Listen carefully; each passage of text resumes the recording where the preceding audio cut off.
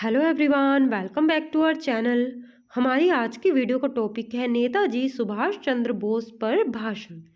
तो आज हम इसी टॉपिक पर एक प्रभावशाली भाषण नारों के साथ देना सीखेंगे। तो चलिए शुरू करते हैं। सबसे पहले आपको वहां उपस्थित सभी को संबोधित करना होता है। तो आप बोलेंगे, आदरणीय प्रधानाचार्य जी, सभी शिक्षकगण और मेरे दोस्तों, आज मैं आप सभी के समक्ष नेताजी सुभाष चंद्र बोस के बारे में कुछ शब्द कहना चाहती हूँ या चाहता हूँ। देन आपको नेताजी के सम्मान में 2 लाइनें स्लोगन की बोलनी है। लड़ने आज़ादी की लड़ाई, आज़ाद हिंद फौज बनाई, माँ भारती का निडर सपूत, अंग्रेजों को क्या धूल चटाई, अंग्रेजों को क्या धूल चटाई। इस तरह से स्लोगन बोलने के बाद आप आगे नेताजी के बारे में बताना स्टार्ट करेंगे। महान स्वतंत्रता सेनानी और आज़ाद हिंद फौज के संस्थापक नेताजी सुभाष चंद्र बोस का जन्म 23 जनवरी 1897 को यानी कि 1897 को उड़ीसा के कटक में हुआ था।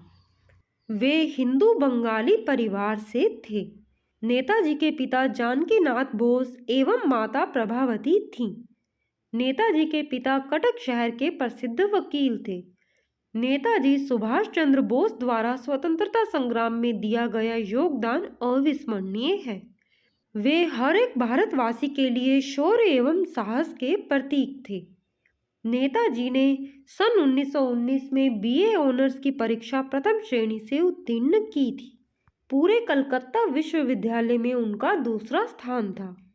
बीए करने के बाद वे इंग्लैंड चले गए।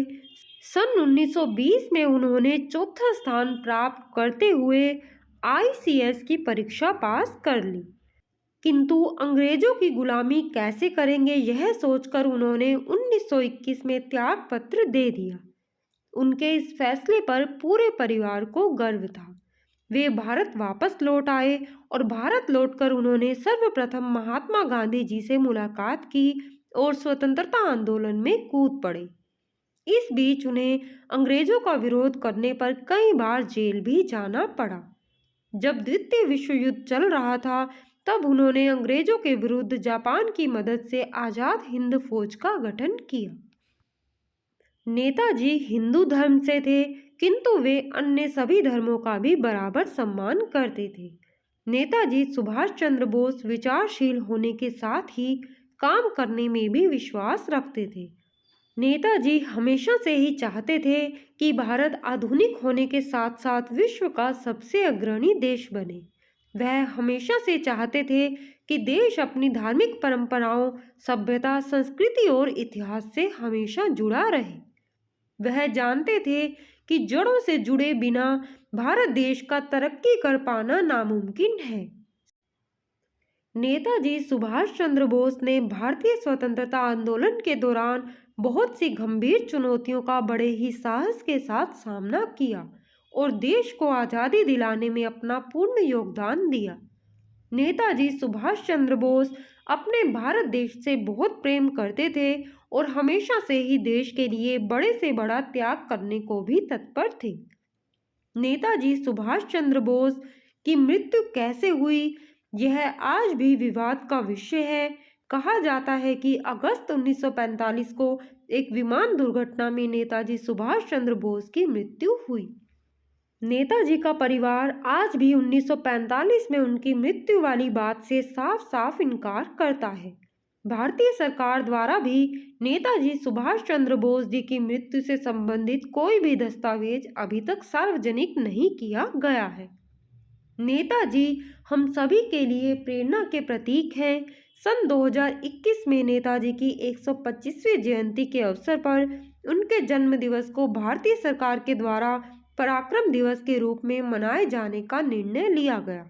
प्रधानमंत्री नरेंद्र मोदी जी ने नेताजी की याद में एक स्मारक सिक्का और एक डाक टिकट भी जारी किया है। सितंबर 2022 को नई दिल्ली स्थित कर्तव्य पथ, जिसे हम पहले राजपथ के नाम से जानते थे, पर नेताजी की प्रतिमा का अनावरण भी किया गया।